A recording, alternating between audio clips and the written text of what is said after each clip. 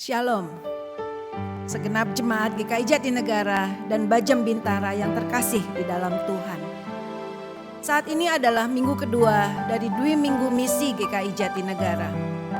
Selayaknya lah kita bersyukur kepada Allah atas pimpinan dan kesetiaannya selama 30 tahun pelayanan misi dan perkabaran Injil atau KMPI di gereja kita. Kiranya melalui kebaktian hari ini, Allah Tritunggal kembali membakar hati kita dan mengobarkan semangat kita sekalian untuk terus mendukung pekerjaan misi kemanapun Tuhan inginkan. Mari saya mengundang segenap jemaat untuk boleh bangkit berdiri. Kita mengawali kebaktian ini dengan pujian Allah Bapa hadir di bait sucinya. Allah Bapa hadir dan menyertai kita di tempat kita masing-masing beribadah saat ini. Allah Bapa hadir.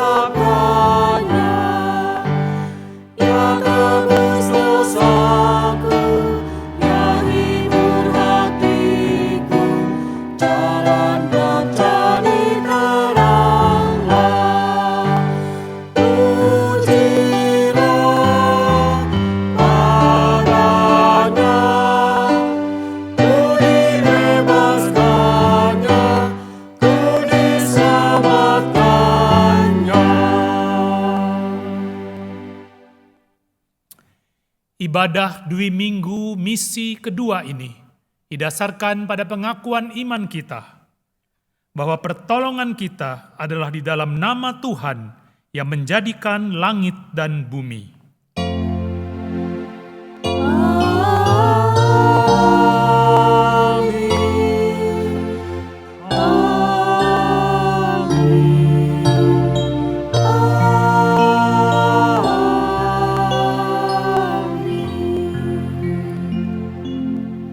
Tuhan Yesus beserta saudara. Dan beserta saudara juga. Saudara sekalian, kita percaya bahwa Tuhan Yesus telah berkorban nyawa untuk pengampunan dosa-dosa engkau dan saya. Sudahkah kita mengampuni dosa sesama kita? Firman Tuhan berkata, tetapi jikalau kamu tidak mengampuni orang, Bapakmu juga tidak akan mengampuni kesalahanmu. Adakah kita sungguh-sungguh menyesal bahwa kita masih gagal melawan dosa? Alkitab juga berfirman, jika kita mengaku dosa kita, maka Ia adalah setia dan adil, sehingga Ia akan mengampuni segala dosa kita dan menyucikan kita dari segala kesalahan. Maukah kita datang kepada Tuhan untuk mengakui dosa-dosa kita dan mengampuni sesama kita di hadapan Tuhan sekarang ini juga? Mari, sebelum memasuki doa pengakuan dosa, kita naikkan pujian seperti yang Kau ingini. Kita ingat kembali bahwa penebusan kita oleh Kristus dengan darahnya yang mahal dan tak bercela. Biarlah kita boleh dikuatkan untuk mematikan dosa-dosa kita. Bukan dengan barang fana Kau membayar dosaku.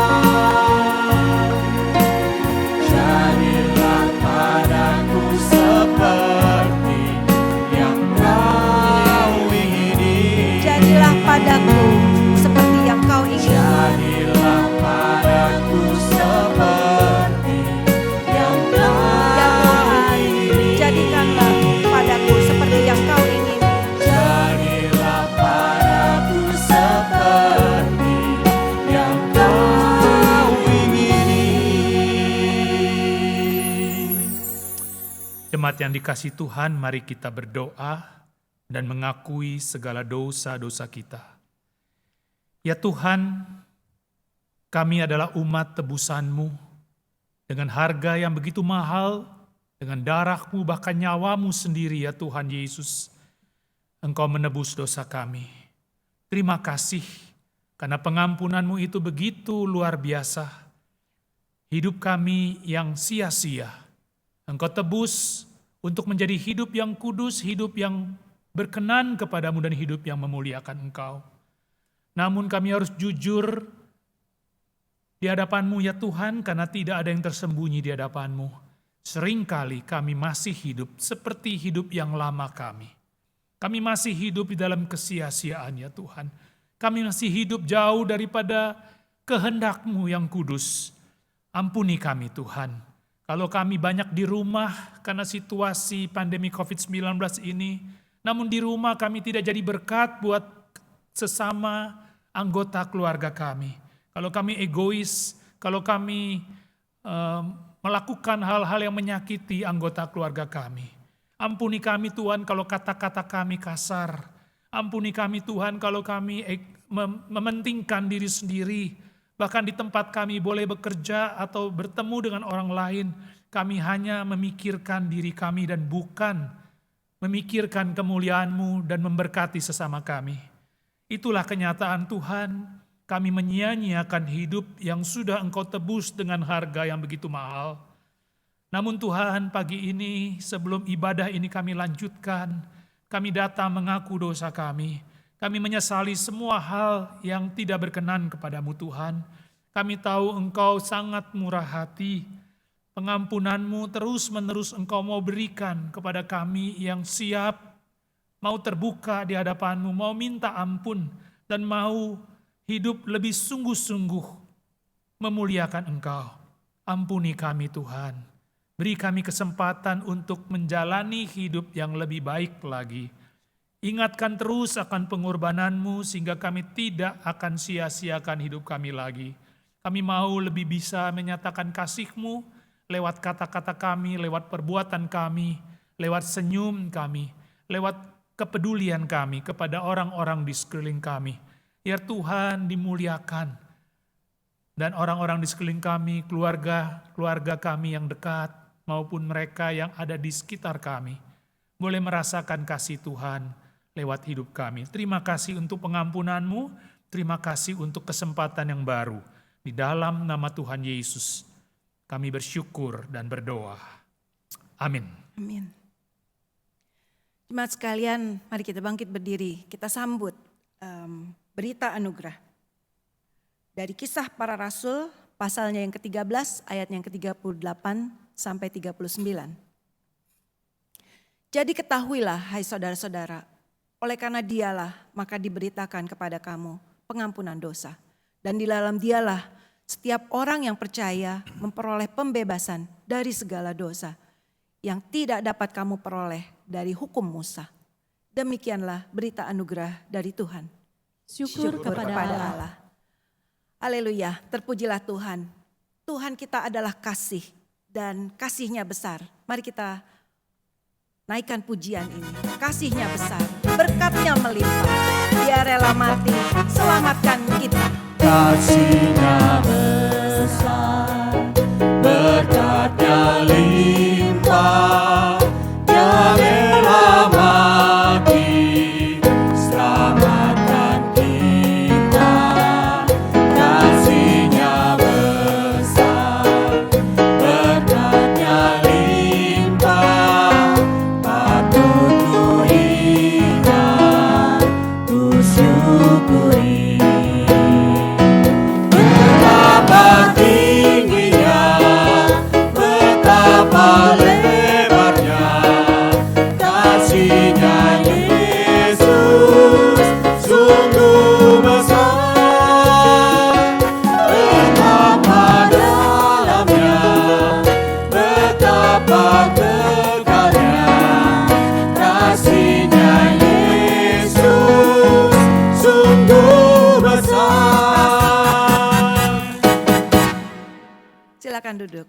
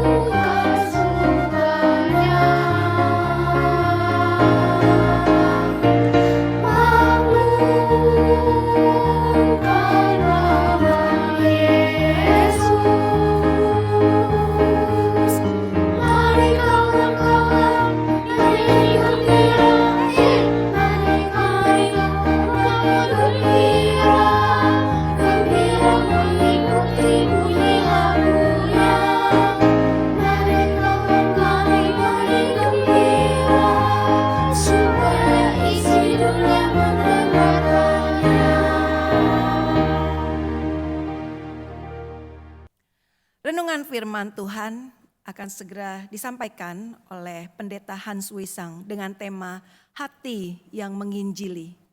Sebelumnya kita akan menyanyikan satu pujian yang dikarang oleh hamba Tuhan, Pendeta Stephen Tong.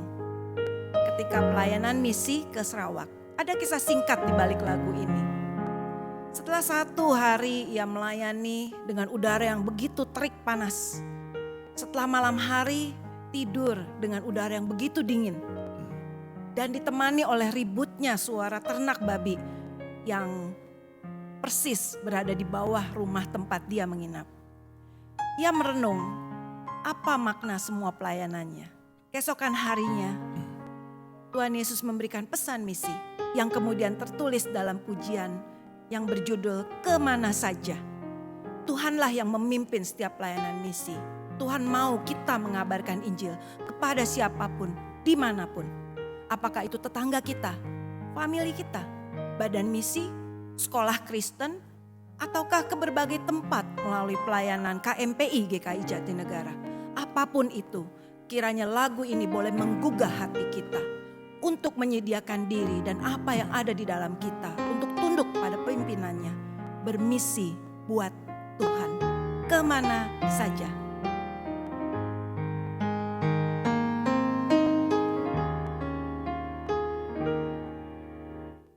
Kemana saja ku telah sedia, pimpinan Tuhan tak pernah bersalah. Tolongku Tuhan memikul salibmu, Tuhan pimpinanmu sempurna. Dalam kota besar atau dalam rimba, jiwa sama berharga di matamu. Kemana saja ku telah sedia, ku mau cinta yang dicintaku. Mari jemaat sekalian, saya undang untuk menyanyikan ini sekali lagi bersama-sama. Kemana saja, biarlah kita menyediakan diri kita. Kemana saja ku telah sedia, pimpinan Tuhan tak pernah bersalah. Tolongku Tuhan memikul salibmu, Tuhan pimpinanmu sempurna. Dalam kota besar Dalam kota besar atau dalam rimba, jiwa sama berharga di matamu. Kemana saja ku telah sedia, ku mau cinta yang dicinta. mau cinta yang Dalam kota besar atau dalam rimba, jiwa sama berharga di matamu. Kemana saja ku telah sedia, ku mau cinta yang dicintaku. Ku mau cinta yang dicintamu. Ku mau cinta yang dicintaku.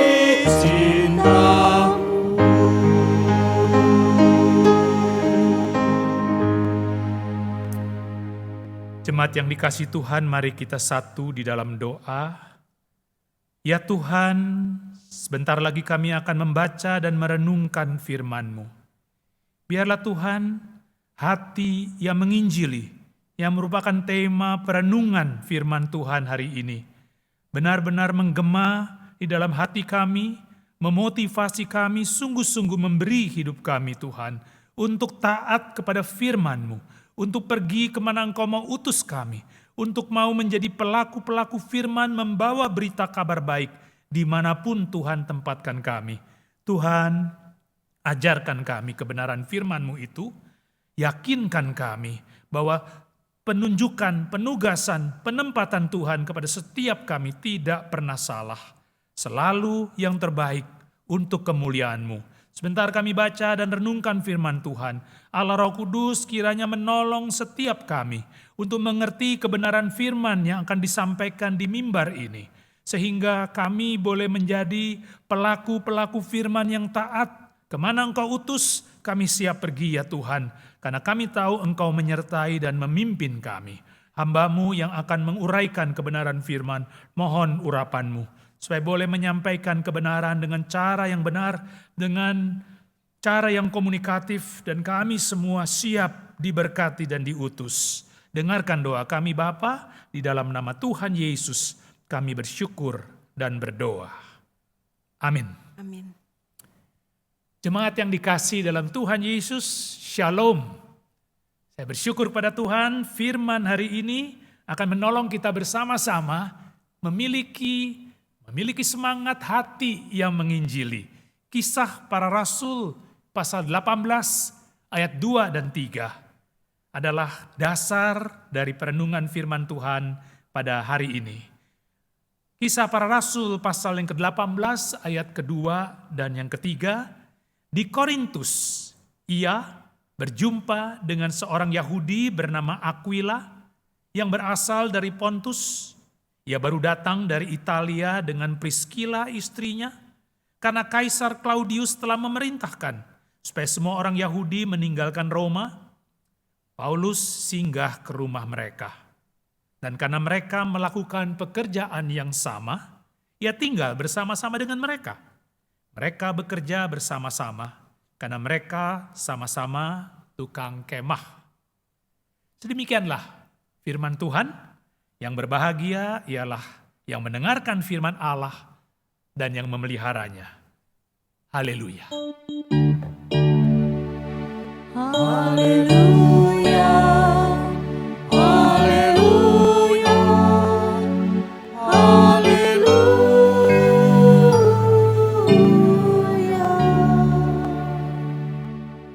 Shalom. Selamat hari Minggu Kudus, saudara-saudara jemaat yang dikasihi Tuhan, dimanapun saudara berada di rumah masing-masing. Tema kita melanjutkan tema minggu yang lalu, jemaat adalah misionaris.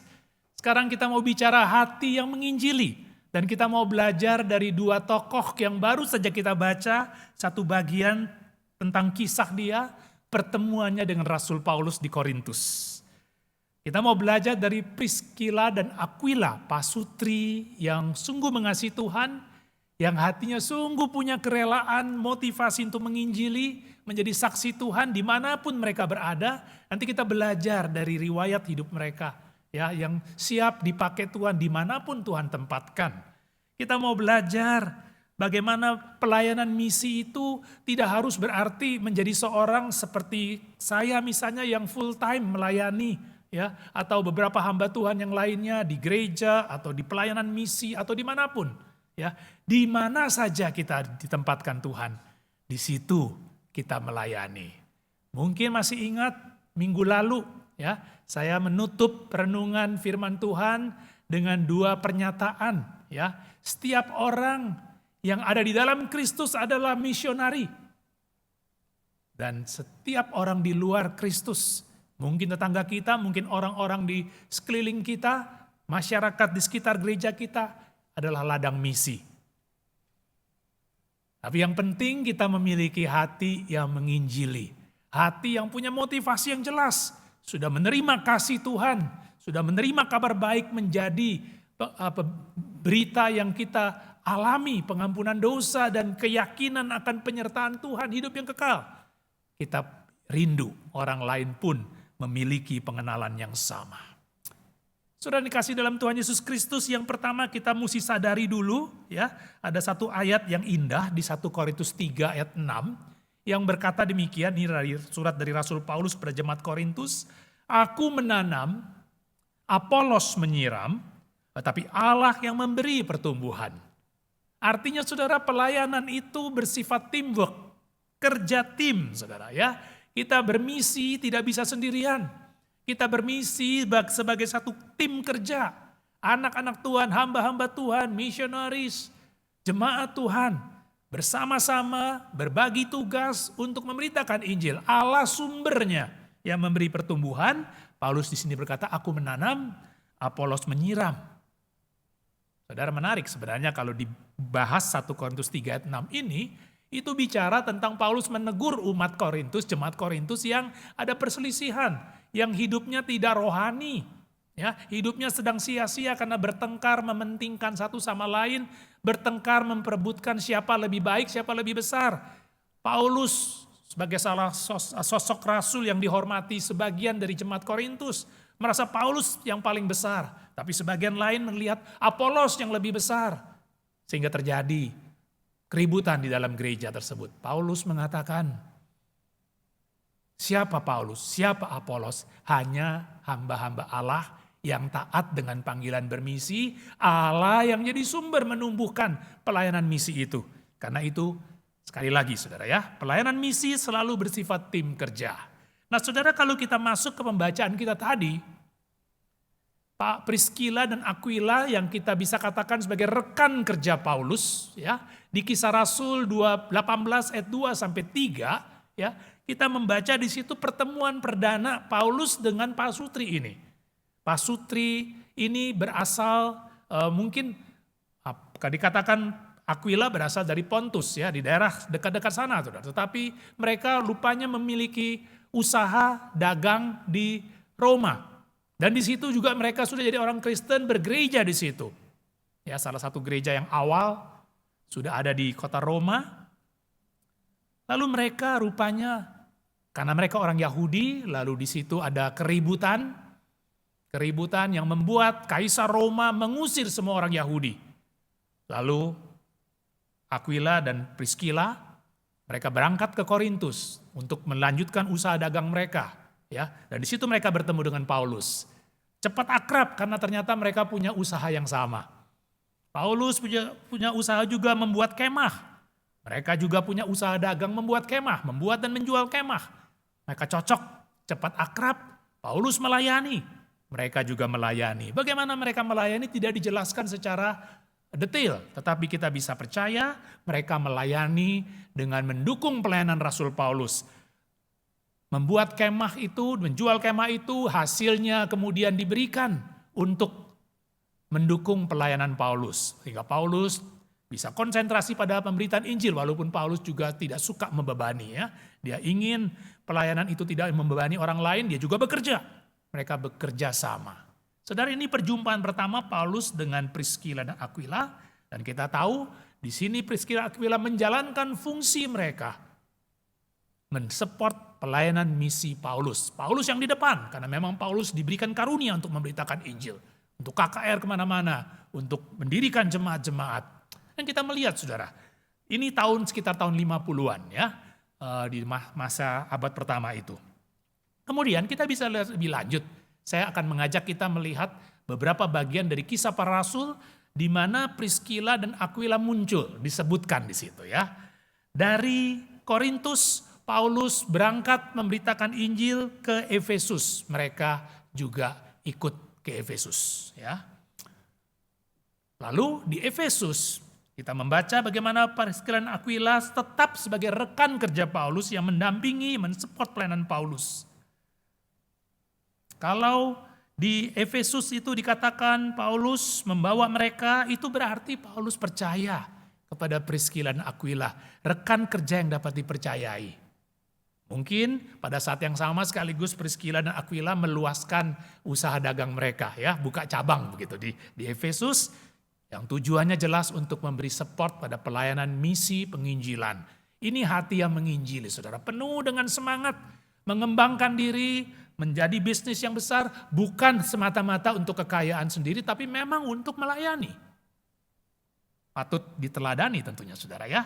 Paulus mempercayakan kemudian, karena Paulus tidak lama-lama di Efesus saat itu, ya, Paulus tidak lama-lama di Efesus, dia segera pergi ke tempat lain memberitakan Injil di Efesus, kemudian dia pergi ke tempat lain dan menyelesaikan perjalanan misi. Ya, ini perjalanan misi yang kedua dari Rasul Paulus. Dia pulang ke Antioquia, itu gereja yang mengutus dia. Sejak perjalanan misi yang pertama. Priscilla dan Aquila ditinggalkan di Efesus. Untuk meneruskan, mungkin membantu pengembalaan jemaat yang baru berdiri atau baru mulai karena penginjilan dari Rasul Paulus. Nah saudara, kita kalau membaca terus ketika Paulus meninggalkan mereka di Efesus, beberapa waktu kemudian, beberapa ayat dari Kisah Rasul ini, saudara. Mari kita baca ayat 18 dan 19. Ayat 18 dan 19 itu bicara tentang bagaimana mereka diajak Paulus ke Efesus. Saya bacakan ya saudara ya. Paulus tinggal berapa hari lagi di Korintus, lalu ia minta diri kepada saudara-saudara di situ, berlayar ke Syria, sesudah ia mencukur rambutnya di Kengkrea, karena ia telah bernasar, Priscilla dan Aquila menyertai dia. Lalu sampailah mereka di Efesus. Paulus meninggalkan Priscilla dan Aquila di situ. Ia sendiri masuk ke rumah ibadat dan berbicara dengan orang-orang Yahudi. Kalau dilanjutkan ayat 20, sebenarnya jemaat di Efesus, orang-orang yang baru mendengarkan Injil itu minta Paulus tinggal lebih lama. Tapi karena Paulus punya rencana untuk kembali ke Antioquia, dia berkata, saya harus pergi. Ya, nanti ada waktunya saya akan datang lagi. Ya, kalau Tuhan izinkan, dia pergi, saudara. Priscilla dan Aquila ditinggalkan di situ untuk melayani di sana ya. Nah, kita membaca kemudian ayat 28-29 atau mulai dari ayat 24 saya kira lebih tepat ya. Bagaimana Priscilla dan Aquila menjalankan fungsi mereka ya di dalam konteks misi, pelayanan misi ini. Ketika Paulus tidak ada di tempat. Sementara itu, datanglah ke Efesus seorang Yahudi bernama Apolos. Yang berasal dari Alexandria. Ia seorang yang fasih berbicara dan sangat mahir dalam soal-soal kitab suci. Ia telah menerima pengajaran dalam jalan Tuhan, dengan bersemangat ia berbicara. Dan dengan teliti ia mengajar tentang Yesus. Tetapi ia hanya mengetahui baptisan Yohanes. Ia mulai mengajar dengan berani di rumah ibadat, tetapi setelah Priscilla dan Aquila mendengarnya, mereka membawa dia ke rumah mereka. Dan dengan teliti menjelaskannya kepada jalan Allah. Karena Apolos ingin menyeberang ke Akaya, saudara-saudara di Efesus mengirim surat kepada murid-murid di situ supaya mereka menyambut dia. Setibanya di Akaya, maka ia oleh kasih karunia Allah menjadi seorang yang sangat berguna bagi orang-orang yang percaya. Sebab dengan tak jemu-jemunya, ia membantah orang-orang Yahudi di muka umum dan membuktikan dari kitab suci bahwa Yesus adalah Mesias. Saudara, memang fokus cerita yang bagian ini kepada Apolos. Tapi perhatikan peran Priscilla dan Aquila yang hadir di Efesus, lalu bertemu dengan Apolos yang mungkin masih muda, yang menggebu-gebu di dalam memberitakan Injil, tetapi dengan pengetahuan Alkitab yang belum memadai. Masih kurang, ada sesuatu yang kurang ketika mereka mendengar ini Apolos, sosok yang berbakat, sosok yang Tuhan mau pakai karena sangat fasih di dalam menguraikan eksposisi Alkitab, saudara. Tapi ada yang kurang pengetahuannya. Maka Priscilla Aquila mendengar khotbahnya atau eksposisinya Apolos, lalu dibawa ke rumah, lalu diajar yang lebih lanjut supaya mengerti sungguh-sungguh jalan Tuhan. Maksudnya iman Kristen yang benar, yang lengkap, yang utuh, yang belum dimiliki Apolos, saudara. Dan sebagai akibatnya Apolos kemudian menjadi seorang yang lebih memiliki pengenalan yang benar, memiliki pengetahuan yang benar, sehingga dia bisa dipakai untuk menjadi seorang pengkhotbah yang fasih, seorang apologet, pembelaan iman, saudara. Dan kemudian gereja Efesus mengutus sesuai permintaan Apolos untuk pergi ke Akaya, saudara. Di balik kesuksesannya Apolos sebagai seorang yang Tuhan pakai, yang tadi kita baca di surat Korintus ya, Paulus dan Apolos seolah-olah dipersaingkan oleh jemaat Korintus. Mana yang lebih hebat? Berarti Apolos menonjol. Tapi Priscilla dan Aquila berperan di balik itu. Mereka menjadi mentor, saudara. Mereka menjadi orang yang ada di balik Apolos, supaya Apolos boleh menjadi seorang yang melakukan pelayanan misi langsung dengan pemberitaan Injil dengan apologetikanya. Saudara, ini adalah yang kita lihat dari Priscilla dan Aquila. Seorang yang tidak menonjolkan diri tetapi memperlengkapi orang yang Tuhan beri talenta untuk maju ke depan. Mereka mensupport Paulus yang memang Tuhan pilih jadi rasul untuk memberitakan Injil KKR kemana-mana. Mereka mensupport Apolos yang masih muda. Supaya boleh menjadi seorang pemberita kabar baik juga dengan caranya sendiri. dengan eksposisi firman Tuhannya. Dan mereka tetap setia, bahkan di Efesus itu mereka tetap setia dengan membuka rumah mereka untuk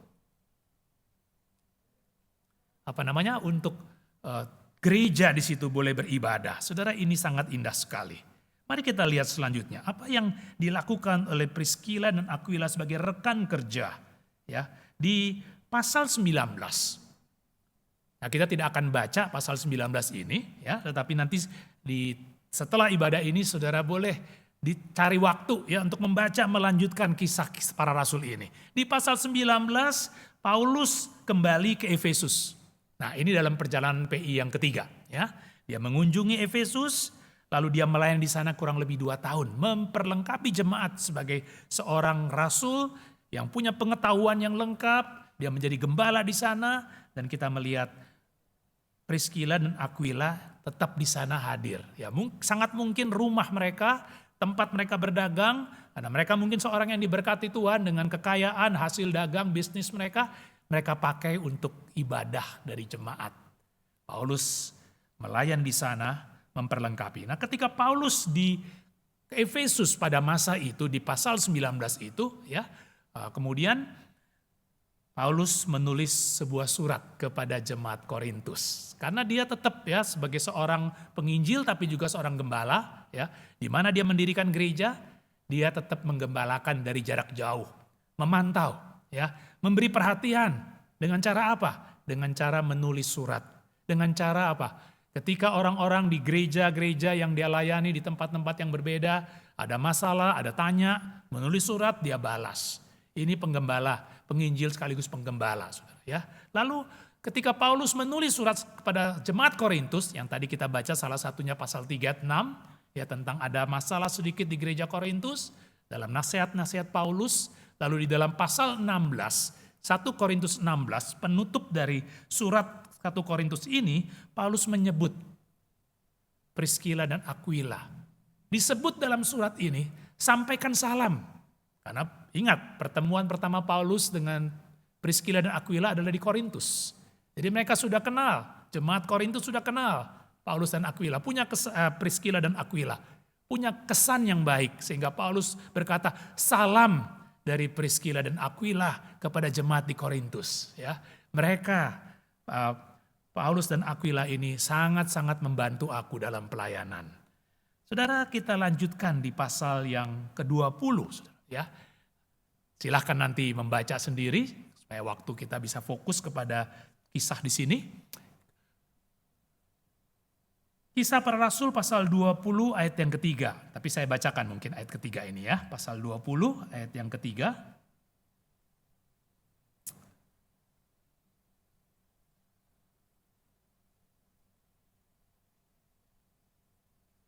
Sorry, mungkin salah ayatnya, nggak usah dibacakan ya, saya pikir. Intinya adalah di pasal 20 ini,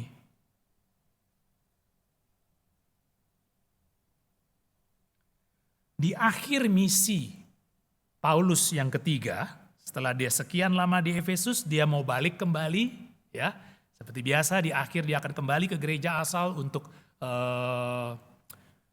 mempertanggungjawabkan atau menceritakan hasil pelayanannya kepada gereja yang mengutus dia. Maka dia berencana untuk berkunjung ke Korintus. Nah, di situ saudara, dia menulis surat kepada jemaat Roma. Itu sekitar tahun 57 saudara ya. Dan ternyata Priscilla dan Aquila sudah kembali ke kota Roma. Mungkin pusat pelayanan mereka ya, pusat bisnis mereka yang pertama ya.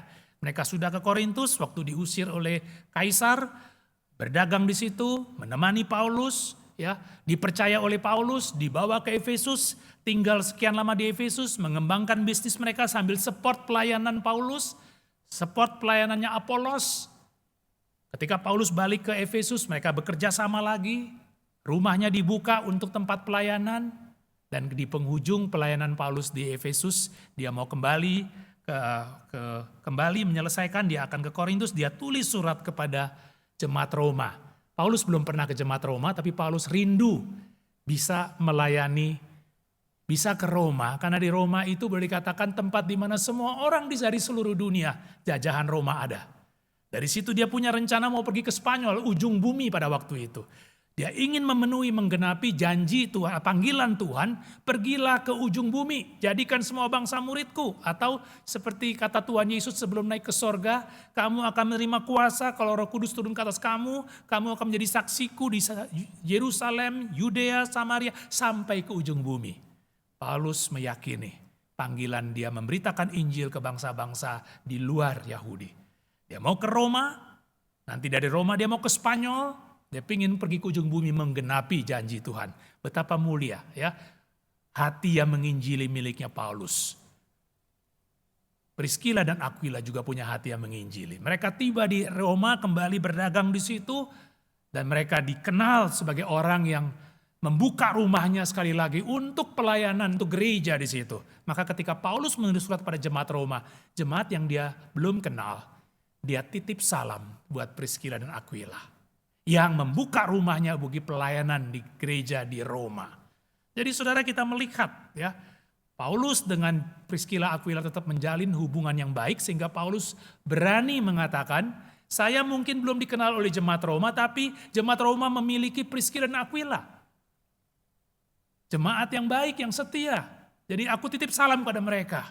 Dengan harapan tentu Paulus berharap ketika dia menyatakan dirinya kenal Priscilla Aquila, jemaat Roma yang belum kenal dia percaya kepada Paulus dan siap menerima Paulus.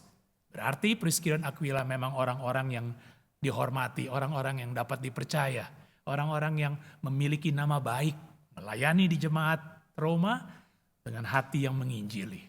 Saudara, ayat selanjutnya yang kita mau baca itu terdapat dalam 2 Timotius 4 ayat 19 ya, dan itu tidak terdapat dalam Kisah Para Rasul.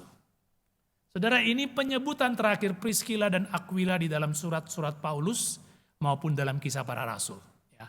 Ceritanya begini saudara ya, surat 2 Timotius ditulis pada saat Paulus sedang ada di penjara di Roma dan kemungkinan dia merasa dia akan dihukum mati.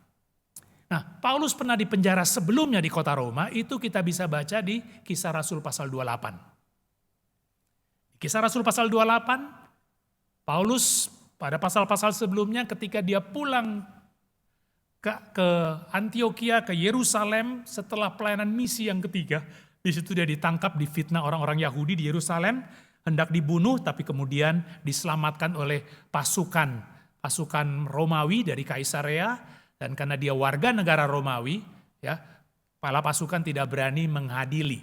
Ya. Ketika orang-orang Yahudi memfitnah dia, mereka nggak bisa buktikan kesalahan Paulus. Paulus mengatakan, aku warga negara Romawi, aku mau naik banding kepada Kaisar. Dan akhirnya diputuskan dia harus pergi ke Roma. Pasal 28 mencatat Paulus tiba di Roma, di penjara tahanan, penjara rumah saudara ya. Dan di situ dia tinggal 2 tahun memberitakan Injil. Sayang di Kisah Para Rasul, bagian itu Priscilla dan Aquila tidak ditampilkan oleh penulis Kisah Para Rasul itu Lukas ya, entah kenapa. Tapi padahal Priscilla dan Aquila ada di Roma pada waktu itu. Sangat mungkin ada di situ tahun 62-63 Masehi. Dan kemudian Paulus dilepas karena memang tidak ada kesalahan yang bisa dibuktikan. Paulus dilepas, kisahnya sudah lepas dari Kisah Para Rasul, tidak ada catatan kecuali catatan yang bersifat bukan sejarah ya. Tapi orang percaya seperti itu. Maka dikatakan secara tradisi Paulus kemudian pergi lagi memberitakan Injil. Dan ketika dia memberitakan Injil, dia ditangkap lagi, dibawa ke Roma lagi untuk diadili karena pemberitaan Injilnya dia. Disitulah surat 2 Timotius ditulis. Timotius adalah anak rohani Paulus yang ditempatkan di Efesus ya. Masih muda Timotius tetapi dipercaya untuk menjadi pemimpin gereja di Efesus. Dan surat 2 Timotius seperti surat wasiatnya Paulus yang sudah tua, yang yakin sebentar lagi dia akan mati syahid, kepada anak rohani yang dipercayakan kepada untuk melayani di Efesus. Dan di dalam surat itu, saudara, di dalam surat itu, Priscilla dan Aquila sudah kembali di Efesus untuk melayani lagi di sana. mensupport pelayanan Timotius. Membuka rumahnya mungkin juga untuk ke gereja di sana. Itu penyebutan terakhir dari Rasul Paulus terhadap dua pasutri Priscilla dan Aquila yang menjadi rekan kerja Paulus sejak awal di kota Korintus. Sampai 15 tahun kemudian di masa-masa tuanya Paulus, dia masih menyebut mereka sebagai pasutri yang setia melayani Tuhan. Saudara, sungguh bersyukur walaupun cerita Priscilla dan Aquila tidak terlalu banyak dalam kisah para rasul maupun beberapa surat Paulus. Tapi dari situ kita bisa belajar beberapa hal. Ya, hati yang menginjili yang ada di dalam kedua hamba Tuhan ini, pasutri Priscilla dan Aquila. Mari kita belajar bersama-sama, saudara. Apa yang kita bisa belajar dari Priscilla dan Aquila? Yang pertama, saudara, mereka melayani dengan tidak menonjolkan diri dalam pelayanan. Mereka melayani boleh dikatakan di latar belakang, saudara. Ketika berjumpa dengan Paulus pertama kali di Korintus, mereka bersama-sama dengan Paulus punya profesi kerja bisnis yang sama, maka mereka melakukan kerjasama itu untuk support Paulus. Biar Paulus yang di depan, karena karunia-Nya memberitakan Injil, KKR, mengajar. Mereka di belakang, memberi support dana, memberi support yang lainnya. Ketika Paulus pergi, ya kemudian Apolos datang. Apolos pemuda yang punya prospek jelas untuk menjadi seorang hamba Tuhan yang terkenal. Mereka support Apolos. Mereka tidak perlu nonjol. Mereka bersedia jadi mentor. Bersedia mengajarkan Apolos supaya bisa jadi pemimpin yang dipakai Tuhan ke depan. Mereka menjadi seorang yang tidak menonjol dalam pelayanan. Pelayanan mereka adalah memberi support kepada pelayanan misi yang dilakukan oleh orang-orang lain yang Tuhan tempatkan di front depan. Ya, supaya orang-orang di situ boleh fokus pada pemberitaan Injil, mereka beri support dananya, mereka beri support rumahnya dan sebagainya.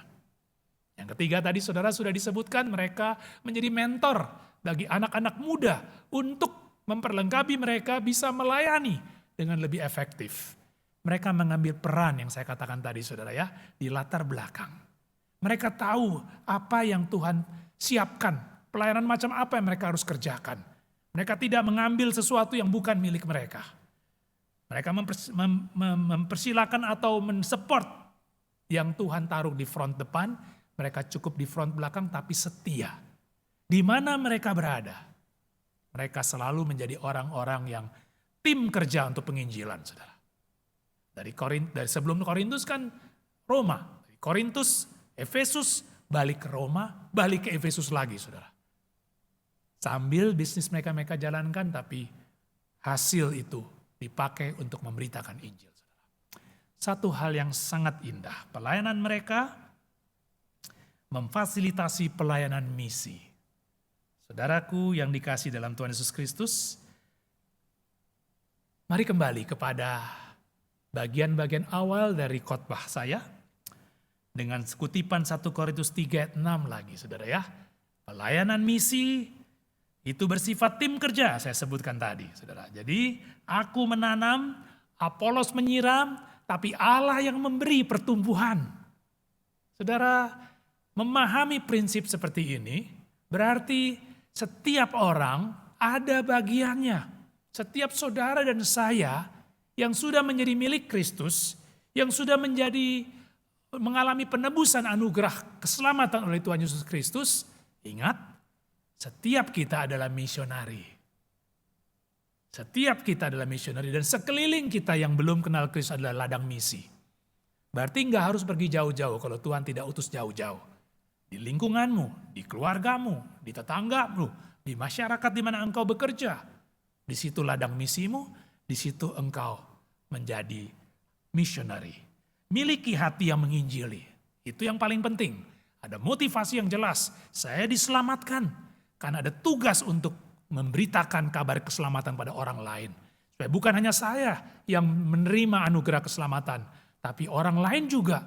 Karena saya juga bisa jadi orang Kristen, saya bisa jadi percaya Yesus karena ada orang lain menginjili saya. Karena orang lain menyaksikan hidupnya, menyaksikan Kristus lewat hidupnya, lewat kata-katanya, lewat kasihnya, lewat kepedulian kepada saya. Saya mau juga demikian. Marilah masing-masing kita, pertama-tama memiliki hati yang menginjili. Yang kedua, apa yang Tuhan mau kita kerjakan? Talenta apa yang Tuhan berikan kepada saudara? Kepada saya? Kembangkan talenta itu. Apa kesempatan yang Tuhan berikan kepada saudara dan saya? Saudara seorang yang berdagang misalnya, dengan bisnis saudara mendukung pelayanan misi. Saudara seorang yang memiliki kemampuan-kemampuan tertentu, pakai itu secara maksimal.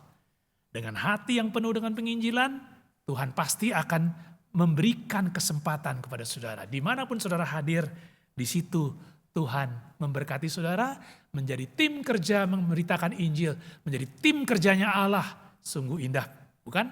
Itu satu kehormatan. Tapi biarlah kita masing-masing di minggu misi ini ya punya komitmen ya.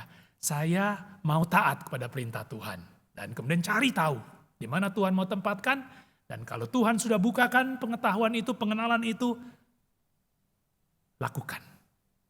Setia. Jalankan panggilan misi. Amin.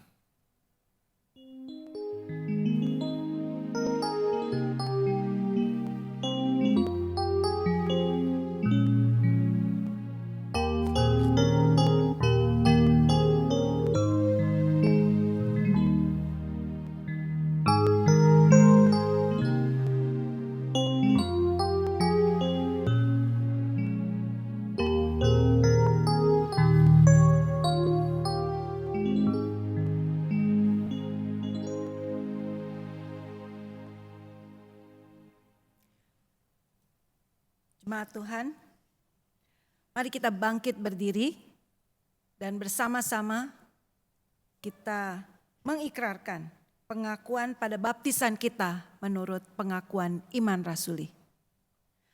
Pengakuan iman rasuli. Aku percaya kepada Allah, Bapa yang Maha Kuasa, pencipta langit dan bumi, dan kepada Yesus Kristus anaknya yang tunggal, Tuhan kita, yang dikandung daripada Roh Kudus, lahir dari anak darah Maria, yang menderita sengsara di bawah pemerintahan Pontius Pilatus, disalibkan, mati dan dikuburkan, turun ke dalam kerajaan maut. Pada hari yang ketiga, bangkit pula dari antara orang mati, naik ke surga, duduk di sebelah kanan Allah, Bapa yang Maha Kuasa, dan dari sana ia akan datang untuk menghakimi orang yang hidup dan yang mati. Aku percaya kepada Roh Kudus, gereja yang kudus dan am, persekutuan orang kudus, pengampunan dosa, kebangkitan orang mati, dan hidup yang kekal. Amin. Jemaat persilakan duduk kembali. Mari kita bersatu di dalam doa untuk menaikkan doa-doa syafaat kita. Ya Bapa yang kami kenal dan sembah dalam Tuhan Yesus, kami bersyukur karena kasih setiamu memeliharakan kehidupan kami, memeliharakan kehidupan jemaat-Mu. Kami percaya Tuhan dalam situasi COVID-19 yang masih merajalela, kami tahu Tuhan adalah Tuhan yang tetap setia mengasihi kami, peduli kepada pergumulan-pergumulan hidup kami, bahkan menyertai kami di masa-masa sulit seperti ini. Karena itu Tuhan, kami mau berani untuk datang mendekat kepadamu, membawakan doa-doa kami untuk jemaat-jemaat yang sedang dalam kelemahan tubuh, sakit, yang sedang bergumul dengan sakit penyakit. Mungkin dengan rasa takut, rasa khawatir, rasa cemas, rasa putus asa. Tetapi Tuhan, Engkau memberikan kekuatan buat mereka. Hiburkan mereka Tuhan, berikan iman, tetap percaya kepadamu dan nyatakan kuasa-Mu Tuhan. Jamalah mereka yang sakit, berikanlah yang terbaik buat mereka, baik itu kesembuhan untuk mereka boleh sehat sedia kala bersama dengan keluarga mereka. Kami juga mau berdoa Tuhan untuk jemaat kami, khususnya yang lanjut usia. Mereka yang dalam keadaan mungkin secara fisik semakin menurun, dan bahkan mungkin ada beberapa mereka yang tinggal sendirian. Di situasi seperti ini Tuhan, mereka sangat membutuhkan uluran kekuatan tangan-Mu untuk di usia lanjut mereka tetap merasakan pemeliharaan-Mu. Bahkan Tuhan, di tengah-tengah kelemahan mereka bisa tetap berkarya, melayani-Mu. Baik itu lewat doa-doa mereka Tuhan, lewat kehadiran mereka kalau mereka ada di tengah keluarga anak-anak mereka Tuhan, tetap bisa jadi berkat di sana. Tuhan, kami berdoa supaya situasi yang sedang melanda bangsa dan negara kami bahkan seluruh dunia berkaitan dengan pandemi COVID-19, Bahkan lebih daripada itu berkaitan juga dengan akibat-akibat secara sosial, ekonomi, dan berbagai bidang kehidupan lainnya. Kami berdoa Tuhan, kiranya Tuhan nolong para pemimpin kami, pemerintah kami, baik pusat maupun daerah, di dalam menangani COVID-19 itu. Berikan hikmat pada mereka, berikan sungguh-sungguh ada kepedulian mereka untuk menolong masyarakat, menolong bangsa negara kami, mengatasi masalah-masalah ini.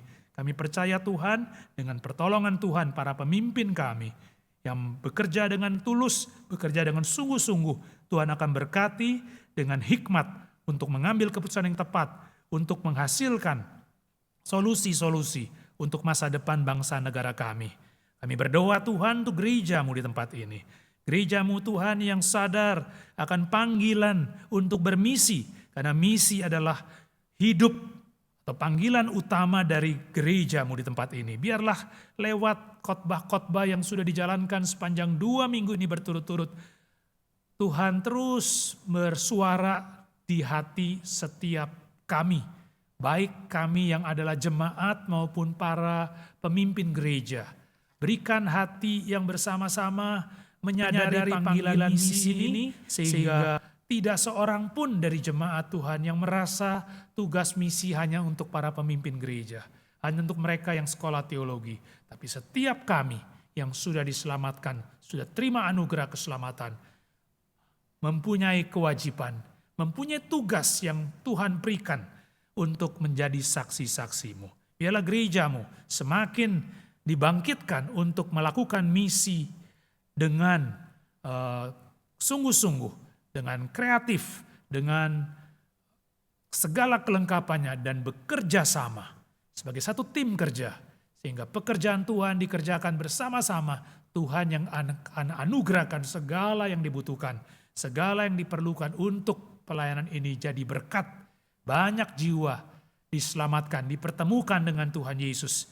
Banyak orang-orang yang dibawa pulang kepada Tuhan Yesus. Nama-Mu dipermuliakan. Terima kasih Bapa, kami percaya Engkau mendengarkan doa-doa kami ini, karena kami panjatkan doa ini di dalam nama Tuhan Yesus Kristus. Amin. Amin. Jemaat sekalian, seperti biasanya kita kali ini juga diberi kesempatan untuk boleh memberikan persembahan kita kepada Tuhan. Persembahan dapat jemaat sekalian kirimkan ke rekening BCA dengan nomor yang tertera di layar saat ini. Atau bagi yang kesulitan untuk transfer, Bapak Ibu Saudara dapat mengumpulkannya dalam amplop, lalu membawanya ke gereja, atau menghubungi majelis bendahara untuk pengambilan di rumah. Mari kita bangkit berdiri, kita bersama-sama memanjatkan doa syukur. Bapa yang di surga, kami bersyukur karena Tuhan telah mengutus seseorang untuk mengantar kami pada keselamatan dalam Kristus. Biarlah kami merelakan hidup kami untuk Tuhan pakai, membawa jiwa-jiwa seturut pimpinan-Mu. Kami juga bersyukur atas kesempatan persembahan di kebaktian online ini. Kami memberi dengan rela dan kami memberi dengan sukacita. Mohon Tuhan berikan hikmat bijaksana kepada para majelis dan pengurus komisi untuk mengelola segala pengeluaran untuk pekerjaan Tuhan melalui gereja kami yang tercinta. Dalam nama Tuhan kami Yesus Kristus, kami berdoa. Amin.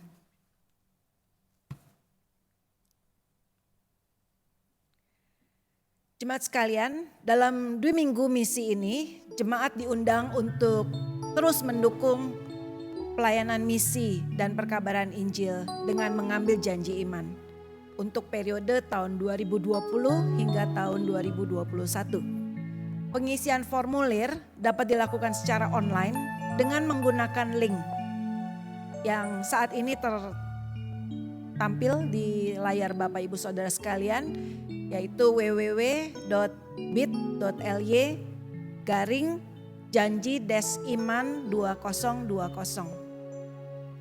Batas pengisian ini adalah 4 minggu ke depan, yaitu paling lambat tanggal 10 November 2020. Jemaat diberikan kesempatan untuk melakukannya. Atau jika ingin melakukannya secara offline bisa juga menghubungi nomor WA Pak Denny Elim 0816 926 762 untuk pengisian secara offline. Nah, untuk cara pengisian formulir janji iman secara online, mari kita saksikan video berikut ini.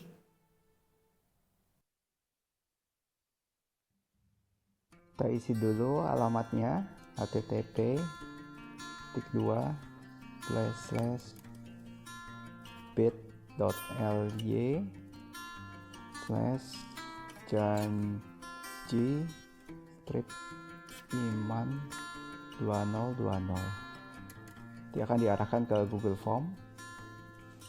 Kemudian di form ini kita isi nama lengkap kita. Kemudian kita isi nomor telepon atau nomor handphone yang bisa dihubungi.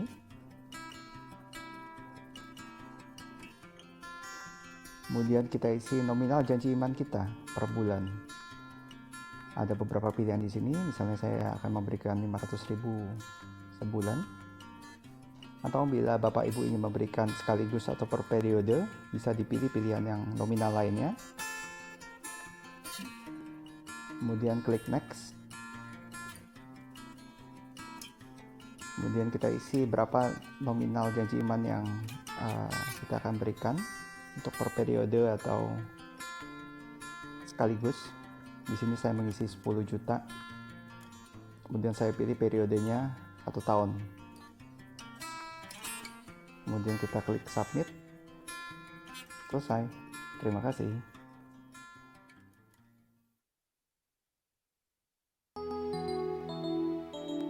Mari jemaat sekalian, kita akan masuk ke dalam doa. Pendeta Hans akan memimpin kita dalam doa. Mari kita berdoa.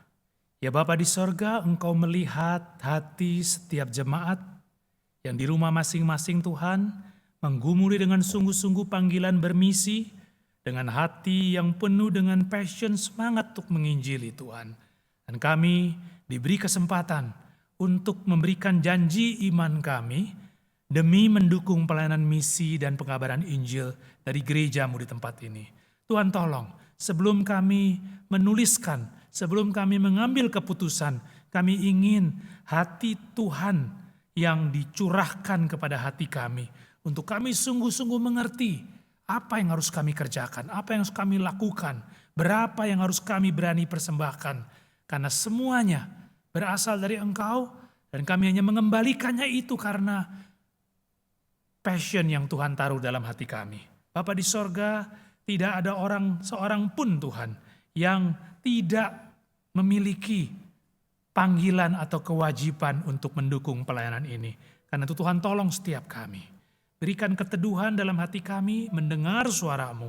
Dan akhirnya kami dengan langkah iman mengambil keputusan. Dan Tuhan yang akan memberkati keputusan janji iman kami. Untuk kami dapat laksanakan di dalam waktu-waktu ke depan. Tuhan dipermuliakan, berita Injil, berita misi boleh disampaikan dengan lebih baik. Dan bukan hanya gereja dan para pengurusnya, tapi setiap kami juga akan terlibat penuh di dalamnya. Dengarkan doa kami Bapa, berbicara di hati kami masing-masing, sampai kami memenuhi atau kami menuliskan janji iman kami, dan kami memenuhinya sampai tuntas. Di dalam nama Tuhan Yesus, kami menaikkan doa dan ucapkan syukur. Amin. Amin. Mari jemaat sekalian kita bangkit berdiri. Mari kita berkomitmen untuk hidup terus taat dalam pimpinan Tuhan. Khususnya dalam pelayanan misi. Kemanapun dan dimanapun demi kemuliaan Tuhan kita. Mari kita nyanyikan utus aku dalam misimu. Ya Tuhan, utuslah kami dalam misimu. Pakailah kami sebagai alatmu. Agar banyak orang yang boleh menerima Injil kasih Kristus dan diselamatkan dari hukuman abadi. Utus aku dalam misi.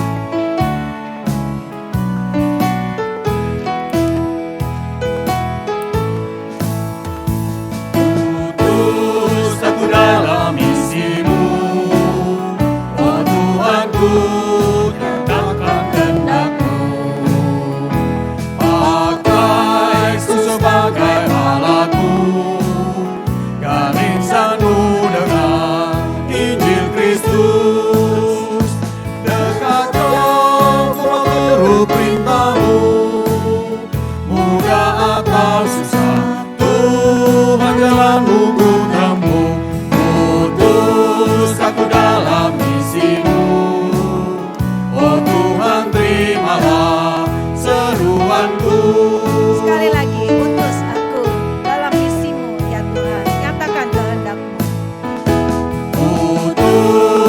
aku dalam misimu. Oh Tuhanku, nyatakan kehendak-Mu. Pakaiku sebagai alat-Mu dan insangku dengan Injil Kristus. Dekat Kau turut perintah-Mu, mudah atau susah, Tuhan jalan-Mu ku tempuh. Utus aku dalam misimu.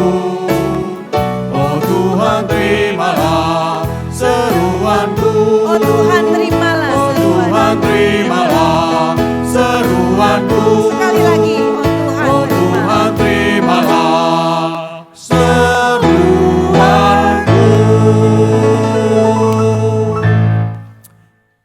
Jemaat yang dikasihi dalam Tuhan Yesus Kristus, arahkanlah hatimu kepada Tuhan. Kami mengarahkan hati kami kepada Tuhan. Jadilah saksi Kristus. Syukur kepada Allah, Terpujilah Tuhan. sekarang dan selamanya.